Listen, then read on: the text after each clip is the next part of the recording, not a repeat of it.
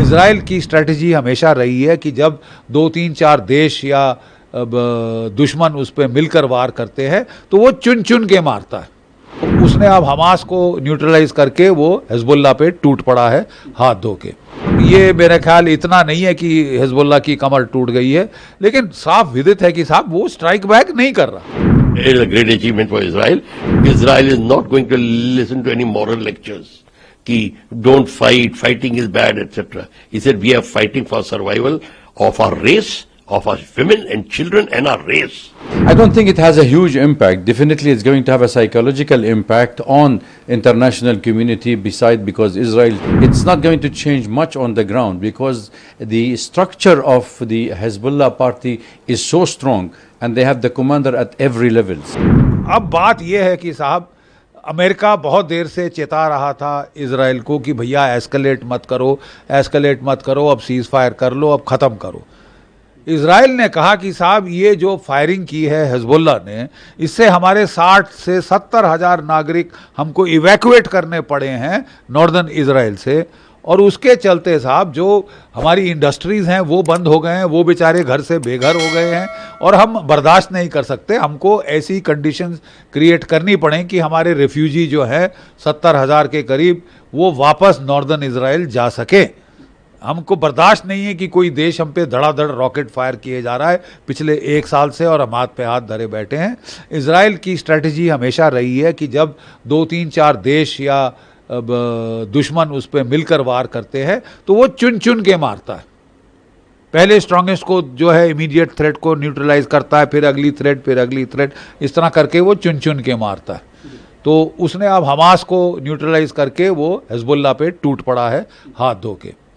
अमेरिकी परेशान हो रहे हैं क्योंकि वो वरिड हैं कि उनकी इलेक्शन के पहले एकदम एस्केलेशन ना हो जाए, तो उन्होंने बहुत मना करने की कोशिश करी लेकिन इजराइल ने एक नहीं सुनी है। और फिर वो जैसे कि वो करते हैं, वो चह करते हैं, लेकिन उसके बाद उनके मतलब नेल्सन आई टर्न कर लेते हैं, ठीक है जो करना है करो। और वो अब इजराइल को कह रहे भैया जो भी करना है जल्द से जल्द कर लो, क्योंकि हमारे जो एयरक्राफ्ट कैरियर बैटल ग्रुप्स हैं वो कितने महीनों से लगे हुए हैं वहाँ, उनको भी रीसप्लाई करना है, खाना पानी एमुनेशन वगैरह वाटर उसमें करना है, क्रूज़ को ब्रेक देनी है, तो जो कुछ करना है आप जल्दी करिए। इसके चलते इजराइल ने फोकस किया है पहले not so much on ground operation but intelligence and air force के ऑपरेशंस के ऊपर बहुत भारी उसने तवज्जो दी है, क्योंकि उसकी सोच है कि वो इंटेलिजेंस ऑपरेशन जैसे वो पेजर और वॉकी टॉकी स्ट्राइक और जो एयर स्ट्राइक्स हैं उनके दबाव से इतना दबाव डाल सकता है हिजबुल्लाह पे कि उसे सीज फायर एक्सेप्ट करने के लिए मजबूर करें।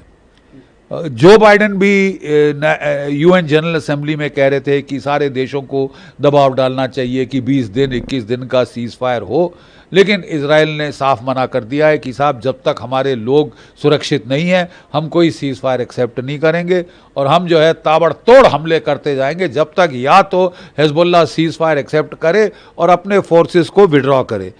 याद रहे कि 1982 की लड़ाई में इजराइल ने हमला किया था ग्राउंड अटैक और लितानी नदी के पीछे धकेल दिया था हिजबुल्लाह को। उसके बाद वो फिर आगे आ गए थे जब वो ख़त्म हुआ ऑपरेशन, और फिर 2006 में दोबारा हमला किया था इजराइल ने बड़ा ज़ोरदार, और उसके बाद ये तीसरी बार है जबकि वो ताबड़तोड़ हमले कर रहा है, प्रीएम्प्टिव स्ट्राइक्स कर रहा है, काफ़ी नुकसान पहुंचा दिया है उसने हिजबुल्लाह को। कई मिलिट्री एनालिस्ट की सोच है, एलिस्टेयर क्रुक वगैरह की, कि साहब ये मेरा ख्याल इतना नहीं है कि हिजबुल्लाह की कमर टूट गई है, लेकिन साफ विदित है कि साहब वो स्ट्राइक बैक नहीं कर रहा।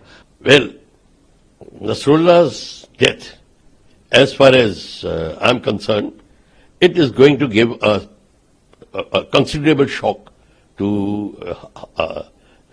Hezbollah, their fighters and their supporter in Lebanon.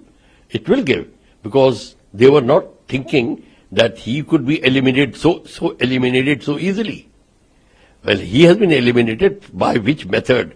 How did they find his locations and his coordinates?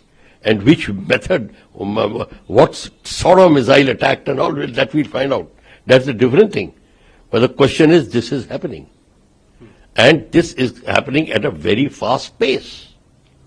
Whether it is through telephones, whether it is through, what do you call those, pagers, television, anything, where the electronic media is coming into play, where there is a play of electronics, cyber mix, everything, computer mix, the waves which are created now become their own enemy. The enemy missiles and explosives can ride on those waves and come to you. So this is what it is. So this aspect is becoming very serious. It is a very big setback for Hezbollah. It is a great achievement for Israel.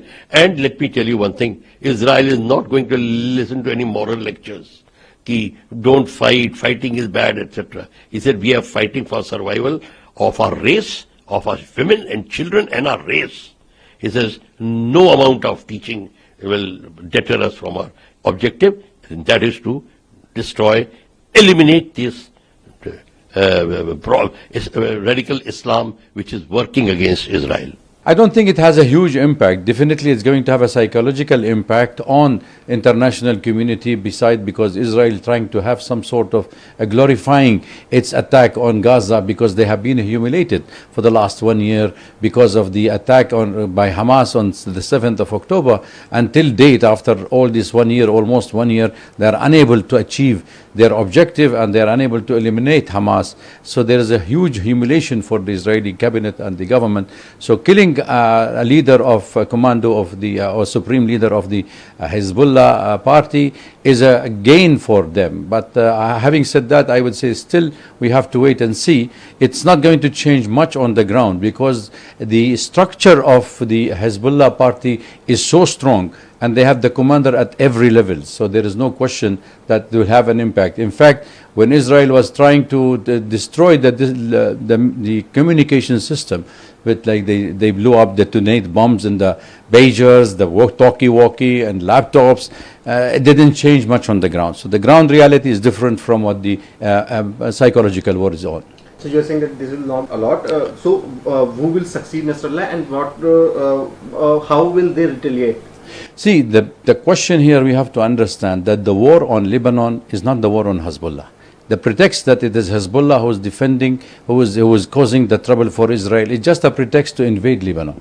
Israel aiming and occupying more territories of Lebanon, gaining access to the water of Lebanon, because that is the whole doctrine of Israel, land and water. So they will not stop. So Hezbollah is only a pretext.